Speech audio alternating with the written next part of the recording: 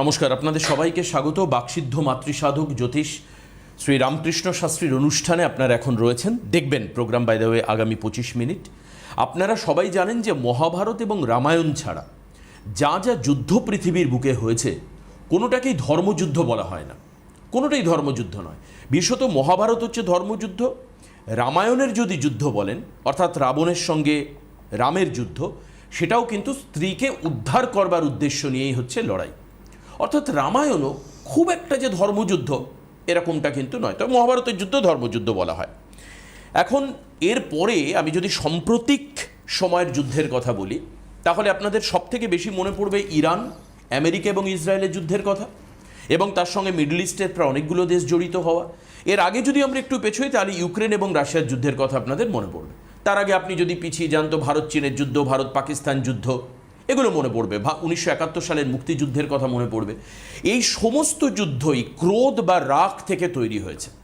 অর্থাৎ the all wars due to the anger of people, individuals or somebody or some groups, some community, some countries, এদের রাগ বা ক্ষোভের জন্য এই যুদ্ধ হয়েছে। তা দেখুন, হাজার হাজার কোটি কোটি লক্ষ লক্ষ কোটি টাকা খরচা হয়ে যায় একটা যুদ্ধে ক্রোধের জন্য।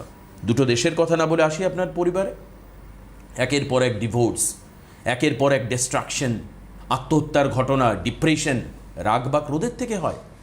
সমাজ রাগ বা ক্রোধকে কতটা টলারেন্স দেয় আমরা জানি না, তবে শ্রীরামকৃষ্ণ শাস্ত্রী জ্যোতিষ বিশারদ তিনি আজকে আলোচনা করবেন যে মানুষের মনের ভেতরকার ক্রোধকে, ক্রোধের দ্বারা ক্রোধের উত্তর দেওয়া কি উচিত। ক্রোধের দ্বারা ক্রোধের উত্তর, আপনার উপর আপনাকে কেউ থাপ্পড় মারলো, আপনি সাঁটিয়ে তাকে একটা লাথি মেরে দিলেন, উচিত? কেউ এক গালে থাপ্পড় মারলো, আপনি তাকে আরেক গালে থাপ্পড় মারলেন, এতে কি এটা সমাধান, নাকি অন্য কোনোভাবে এর সমাধান আছে? আসুন আজকে এটা আলোচনা করি, কারণ জ্যোতিষকে বুঝতে গেলে আগে আত্মশুদ্ধির প্রয়োজন আছে বলে রামকৃষ্ণ শাস্ত্রী মনে করেন। আমি স্বাগত জানাবো রামকৃষ্ণ দাকে আজকের অনুষ্ঠানে।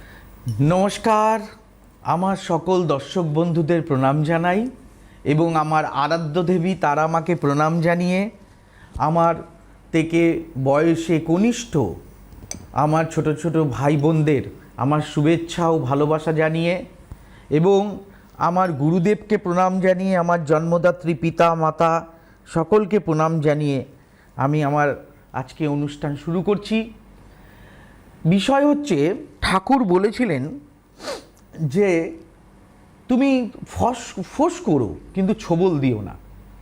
তো রাগ হতেই পারে, হ্যাঁ, মানে কেউ যদি ক্রোধান্বিত হয়ে আপনার কাছে আসে, তার জন্য আপনার একটা ব্যবস্থা তো অবশ্যই নিতে হবে, কিন্তু আপনি যে মারাত্মকভাবে ক্ষতি করে বসবেন সেটা কিন্তু কখনোই ঠিক না।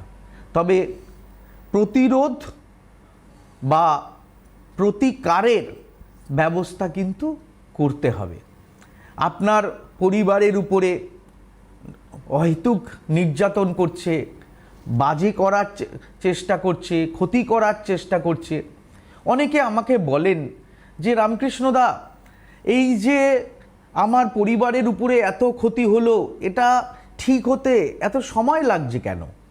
মনে রাখবেন, একটা ব্লেড বা চাকু দিয়ে 1 সেকেন্ডের মধ্যে চামড়া কেটে ফেলা যায়, কিন্তু যখন ওটা জোড়া লাগে তার জন্য একটু সময় লাগে।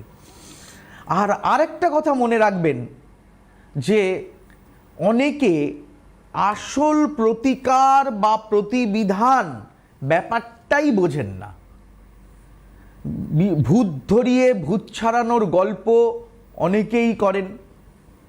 অনেক মহাপুরুষ আছেন যারা নিজেকে ভগবান প্রমাণ করার চেষ্টা করেন, এবং যারা বলেন যে আমরা এটা করে দেব, কিন্তু আমি সেই কথা কখনো বলি না। প্রপার যে জ্যোতিষ মতে যে কাজ করা যায়, কতগুলো জিনিস জোগাড় করে তা যে ক্রিয়াকলাপ আপনার মাধ্যমে করা যায়, তাতে সুন্দরভাবে প্রতিকার বা প্রতিবিধান হয়ে যায়। এখন আপনি সফটওয়্যার আছে, আপনার গুগল আছে, সমস্ত কিছু দেখে আপনি আপনার যোগ বিয়োগ কোণ গ্রহ খারাপ, কোন নক্ষত্র খারাপ, আপনার কি অবস্থান, আপনি সম্পূর্ণ কিছু জেনে নিতে পারবেন। আপনি একটা সফটওয়্যার ডাউনলোড করে date of birth, time, place ফেলে দিলে পুরো ডিগ্রি সমেত রাশি কি, নক্ষত্র কি এবং তার পজিশনগুলো কি সব আপনি পেয়ে যাবেন। কিন্তু সমস্যাটা তৈরি হলো, এবার সমাধান করতে গেলে আপনি ভাবলেন যে যত ভালো প্রেডিকশান করছে বা যত ভালো জ্যোতিষ বোঝাচ্ছে তার কাছে আমি দৌড়ে গেলে হয়তো সমাধানটা পাবো, কিন্তু আদেও তা হলো না। কেন হলো না? কারণ তার ভালো করার উদ্দেশ্যই নেই। নিজের অর্থ, নিজের প্রতিপত্তি, নিজের সমস্ত কিছু বাড়ানোর জন্য তিনি কাজ করছেন। কেউ যদি আপনার দুঃখটা আপনার জায়গায় গিয়ে বসে উপলব্ধি না করতে পারে, আপনার কষ্টটা যদি সে আপনার জায়গায় গিয়ে উপলব্ধি করতে না পারে, তাহলে কিন্তু সেই সমস্যা কখনো মিটবে না। কিছুদিন আগে একটি ছেলে আমার কাছে এসেছিলেন বর্ধমান থেকে, বাচ্চা ছেলে, তার মা বাবা তাকে নিয়ে এসছে, তার জন্মগত একটি কান নেই। একজন ডক্টর বললেন আমি পেট কেটে একটা হাড় বের করে কান তৈরি করে দেব, কিন্তু তিনি সাকসেস হলেন না। কোনো প্রয়োজন ছিল না। বাচ্চাটি, তার মা বাবাকে আমি বকাবকি করলাম, আপনি একটা সিলিকনের কান লাগিয়ে নিতে পারতেন, বাজারে পাওয়া যায়, আপনি কেন পেটের পাঁজরের হাড় কেটে কান বানাতে গেলেন? কি প্রয়োজন? শুনতে তো পাচ্ছে। অনেকের মাথায় চুল নেই, অসুবিধা কি আছে? অনেক বড় বড় মানুষের মাথায় চুল নেই, তারা ফলস চুল পরেন, তা বলে চুল বুনে ইনফেকশন হয়ে মৃত্যু তো স্বাগত জানানো তো দরকার নেই। আমি কেন অকারণে রিস্ক নেব যেটা আমার প্রয়োজন নেই? এগুলো ভাবতে হবে। কে আমাকে কতটা দরদ দিয়ে কাজ করছে সেটা বুঝতে হবে। পাণ্ডিত্যটা বড় কথা নয়। একজন টিচার, সে পিএইচডি হতে পারে, কিন্তু আমার ক্লাস 8-এর ছাত্রটাকে সে ভালো করে বোঝাতে পারছে কি না, তাকে অঙ্কগুলো ঠিক করে করাতে পারছে কি না, সেটাই আমার মূল উদ্দেশ্য হওয়া উচিত।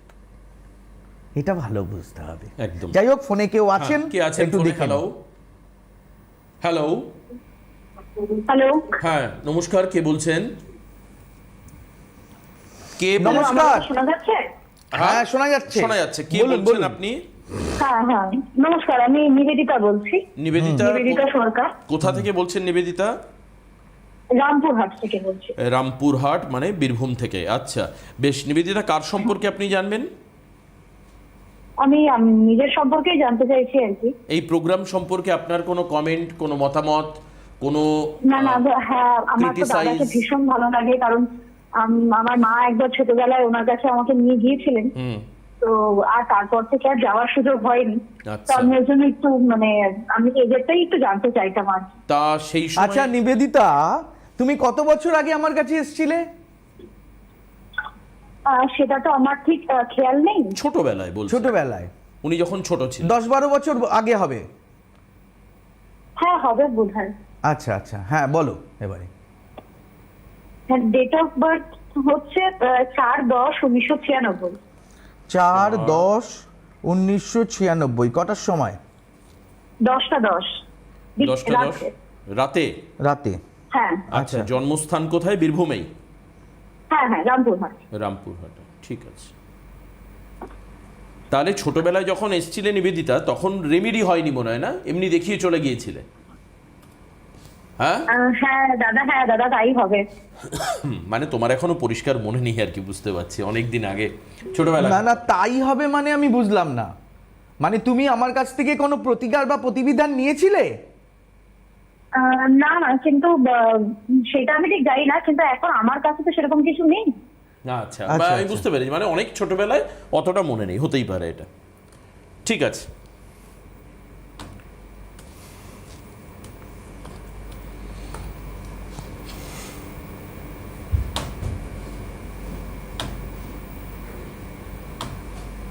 সেদিন শুক্রবার ছিল, তাই তো? হ্যাঁ হ্যাঁ হ্যাঁ। মিথুন লগ্ন, মিথুন রাশি, পুনর্বসু নক্ষত্র, গণ হচ্ছে দেবগণ, জানা আছে?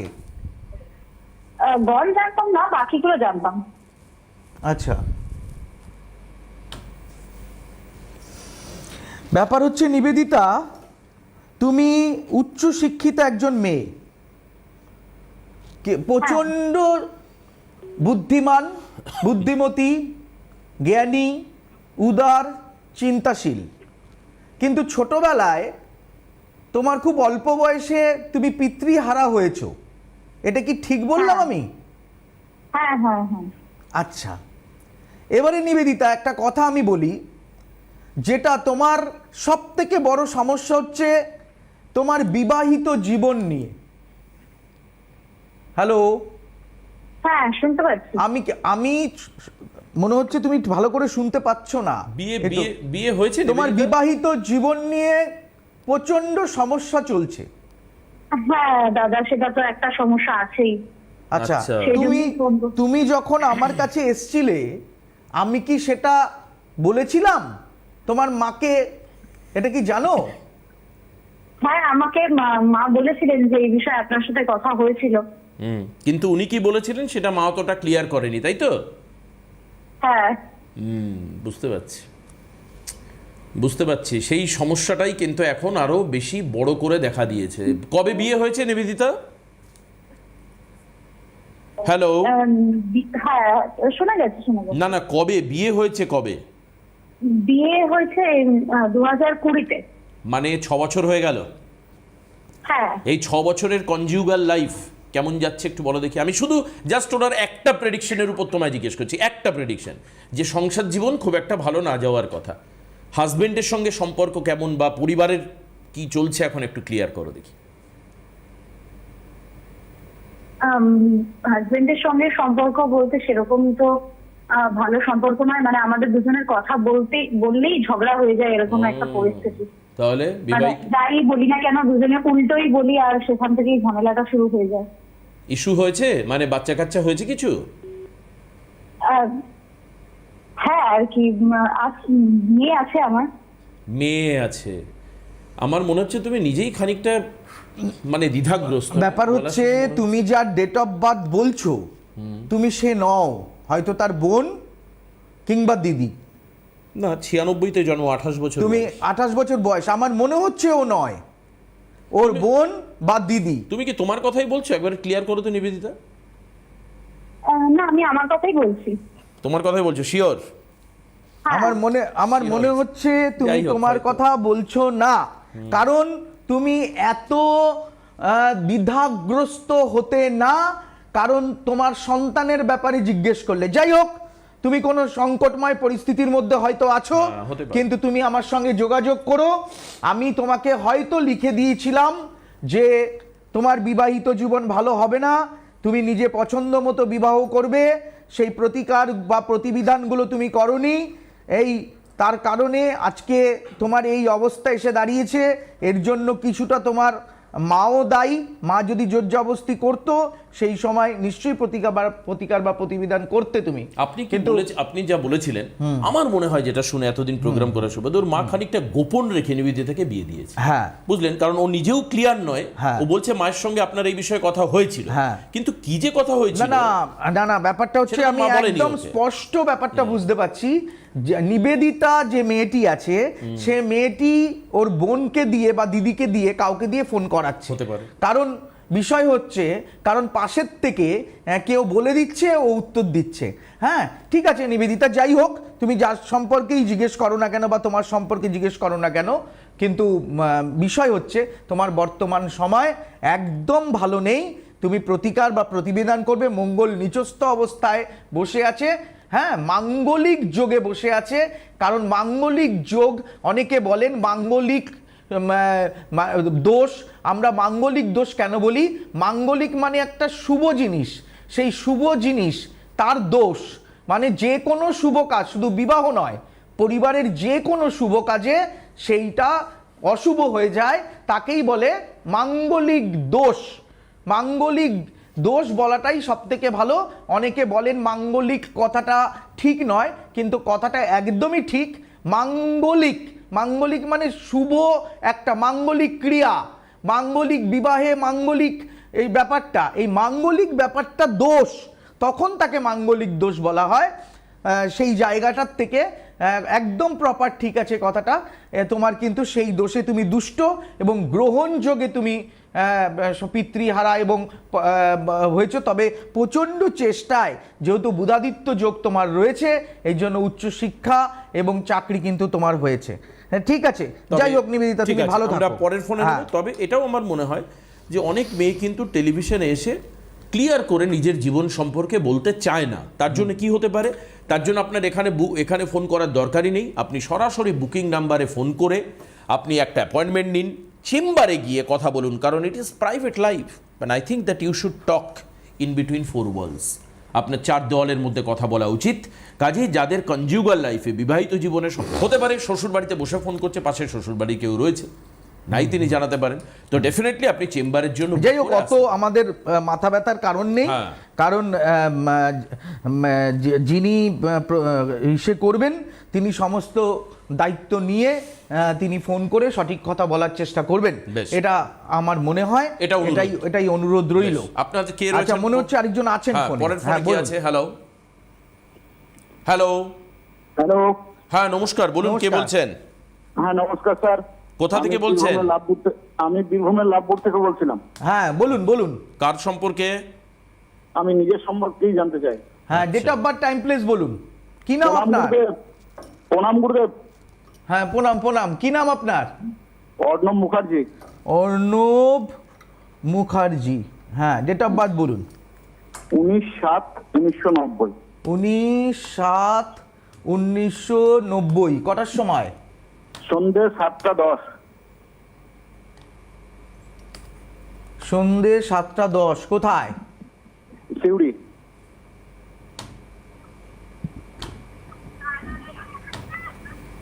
সেদিন বৃহস্পতিবার ছিল তো?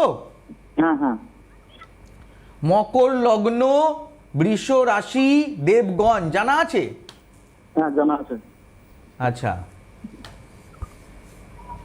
এখানে যেটা দেখা যাচ্ছে রবি কেতু গ্রহণযোগ, আচ্ছা মঙ্গল নিজের স্বক্ষেত্রে আছে, লগ্নে রাহু রয়েছে।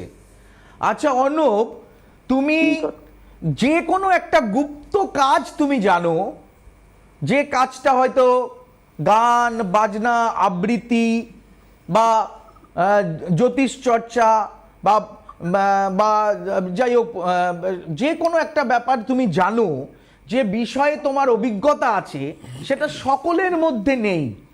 হ্যাঁ, তোমার এটা কিন্তু হরোস্কোপটা একটা ইঞ্জিনিয়ারের ছক, বুঝতে পেরেছো?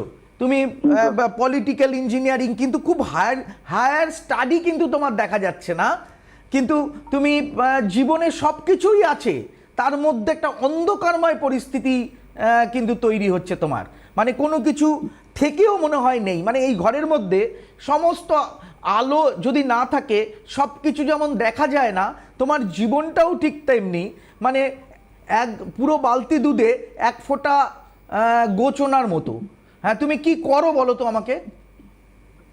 আমি বর্তমানে স্যার ইলেকট্রিক্যাল লাইনে আছি।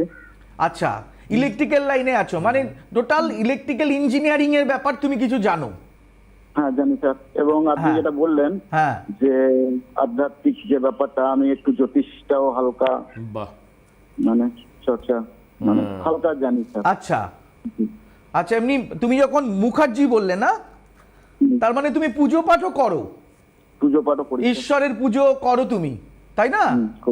আচ্ছা, তারপরে তোমার আরেকটা ব্যাপার হচ্ছে, তোমার বিবাহে প্রচন্ড বাধার সৃষ্টি হচ্ছে, মানে তোমার পছন্দ মতো, পরিবারের পছন্দ মতো একটা বিবাহ হচ্ছে না। তুমি বিয়ে করোনি তো? না। হ্যাঁ, কিন্তু তোমার বয়সটা এগিয়ে গেছে, এখনো তুমি বিয়ে না করার কারণ হচ্ছে যে তুমি কিন্তু এই গ্রহণযোগের জন্য, হ্যাঁ, তোমার কিন্তু বিবাহে প্রবলেম হচ্ছে, মঙ্গল স্বক্ষেত্রে থাকা সত্ত্বেও বিবাহে প্রবলেম হচ্ছে, কারণ তোমার মধ্যে একটা খুঁতখুঁতে ভাব আছে। তুমি একটু মানে ভালো বেছে বিবাহ করবে, যাতে তোমার পারিবারিক সম্মানটা থাকে। আমি কি ঠিক কথা বলছি না ভুল বলছি? একদম 100% সঠিক স্যার, যেটা যতক্ষণ বললেন সবটাই ঠিক। আচ্ছা, যাই হোক, তুমি সাক্ষাতে দেখা করো এবং তোমার যা প্রতিকার বা প্রতিবিধান দেওয়ার দরকার আমি নিশ্চয়ই করে দেব। তুমি কোথায় থাকো বললে? আমি বীরভূমের লাভপুর। আচ্ছা, তাহলে ওখান থেকে তুমি আমার অনেকজন গিয়েছে, তারা সব উপকারী পেয়েছে স্যার। আমার দুই বন্ধু গিয়েছিল, আচ্ছা, পিস্তত বোনও গিয়েছিল, তাদের আচ্ছা। পারিবারিক সব সমস্যা ছিল, সেগুলো সব আচ্ছা। ঠিক হয়ে গিয়েছে। আচ্ছা তার মেয়েটারও একটু লেখাপড়ার সমস্যা ছিল, আচ্ছা তাদেরও সব আপনার কাছে দেখিয়ে ঠিক হয়ে। আপনারও অর্ণব, আপনি কিরকম উপকার পান সেটা আপনিও জানাবেন মানুষকে। দেখুন, এখন অতি এই যে একজন আরেকজনকে বলা, রেকমেন্ড করা, এই বিষয়টা আজকের দিনে খুব অভাব। মানুষ মানুষের উপকার বলতে চায় না। না, আমি ওনার প্রোগ্রাম প্রায় দেখি, উনি খুব ভালো প্রোগ্রাম তো মানে দেখছেন, মনে- এবার আপনি একবার ওনার কাছে এসে দেখবেন, যদি দেখুন, আপনার উপকার হয় আপনি বলবেন। সব থেকে একটা বিষয় আমি মনে রাখবেন, আমি বলে থাকি, আমি গ্যারান্টি দিয়ে প্রতিকার করি। গ্যারান্টি মানে এই না আমি ভগবান। আপনি যদি আমার কাজে সন্তুষ্ট না হন, সম্পূর্ণ অর্থের দায়িত্ব আমার কাছে আসলে আপনার কষ্টের উপার্জিত অর্থ আমি নষ্ট হতে দেব না। আর আমি 24 ঘন্টা নিজে ফোন তুলি, আমি 24 ঘন্টা নিজে ফোন তুলি, যে ঘুমোনো বাদ দিয়ে, পুজো টুজো বাদ দিয়ে, অন্যান্য কাজ বাদ দিয়ে যদি ফোনে মিস কলও দেখি, আমি তখন উল্টে তাকে ফোন করি। আর আমার প্রতিকার বা প্রতিবিধান পড়ার পর আপনি কেমন আছেন, কি প্রবলেম হচ্ছে, আবার আমার কাছে আসতে হবে কিনা, বা কিছু দরকার আছে কিনা, বা আমি আবার ঘুরিয়ে আপনাকে আরেকবার কাজ করাবো কিনা, বা প্রতিকার পাল্টে দেব কিনা, এগুলো আপনার বলার আগেই আমি খোঁজ নিই এবং আমি সবসময় যোগাযোগ রাখি। আমি মনে রাখি একজন জ্যোতিষী, ফ্রেন্ড, ফিলোসফার অ্যান্ড গাইড। আমি যদি আপনার সুখে দুঃখে সবসময় না থাকতে পারি, আমি কিন্তু আপনার জ্যোতিষী নয়। আমার বিশাল পাণ্ডিত্য থাকা সত্ত্বেও আমি আপনার কোনো কাজে লাগবো না। কারণ আপনার যদি কোনো কাজে আমি না লাগি, আপনার জীবন আমি উন্নতি করতে পারবো না। আমি ওই ফিল্ম স্টারদের মতো আমি আপনার সামনে এসে দুটো ডায়লগ মেরে বেরিয়ে যাব, ওই রকম করলে চলবে না। যে সব সময় আপনার সঙ্গে থাকবে সুখে দুঃখে, সেই হচ্ছে প্রকৃত জ্যোতিষ। ভালো মন্দ সব সময় আপনাকে সাথে থাকতে হবে। আর আমি নিজে বসিয়ে কাজ করাই, আপনাকে দিয়ে কাজ করাই, আপনি যাতে নিজের কাজ নিজে করতে পারেন। তারাপীঠে হোক, কামাখ্যায় হোক, এবং আমার বাড়িতে হোক, মন্দিরে হোক, সেই ব্যবস্থাও আছে। আমি সেই ব্যবস্থা করে আপনাকে কাজ করে দেওয়ার চেষ্টা করি। চেম্বারটা একটু বলে দিই আপনাদের। 31 তারিখে মেদিনীপুরে চেম্বার রয়েছে, 1 তারিখে বর্ধমান, 3 তারিখে বাঘাযতীন, 12 তারিখে হচ্ছে বাঘাযতীন, 14 তারিখেও বাঘাযতীন, 18 তারিখে আসানসোল, 19 তারিখে বর্ধমান, 22 তারিখে গুয়াহাটি, 23 তারিখে কোচবিহার, 24 তারিখে ফালাকাটা, 25 তারিখ জলপাইগুড়ি, 26 তারিখ শিলিগুড়ি, 28 তারিখ কালিয়াগঞ্জ, 4 তারিখে হচ্ছে তারাপীঠ, মানে সেপ্টেম্বরের 4 তারিখে, 5 তারিখেও তারাপীঠ। ঠিক আছে, এই হচ্ছে আপনার প্রোগ্রাম চেম্বার শিডিউল। আর বুকিং নাম্বার হচ্ছে 9038002022। এই নাম্বারে আপনাকে ফোন করতে হবে। আজকে আর হাতে সময় নেই, আজকে বিদায় নিতে হবে। নমস্কার। সুখবর, আপনাদের প্রিয় জ্যোতিষী রামকৃষ্ণ শাস্ত্রী অনলাইন কনসালটেন্সি করছেন। আপনাদের প্রতিকার এবং পরামর্শ ভারতবর্ষের বিভিন্ন প্রান্তে পৌঁছে যাচ্ছে। Online consultancy number 9038002022। Ramakrishna Shastri আপনাদের সাথে, আপনাদের পাশে।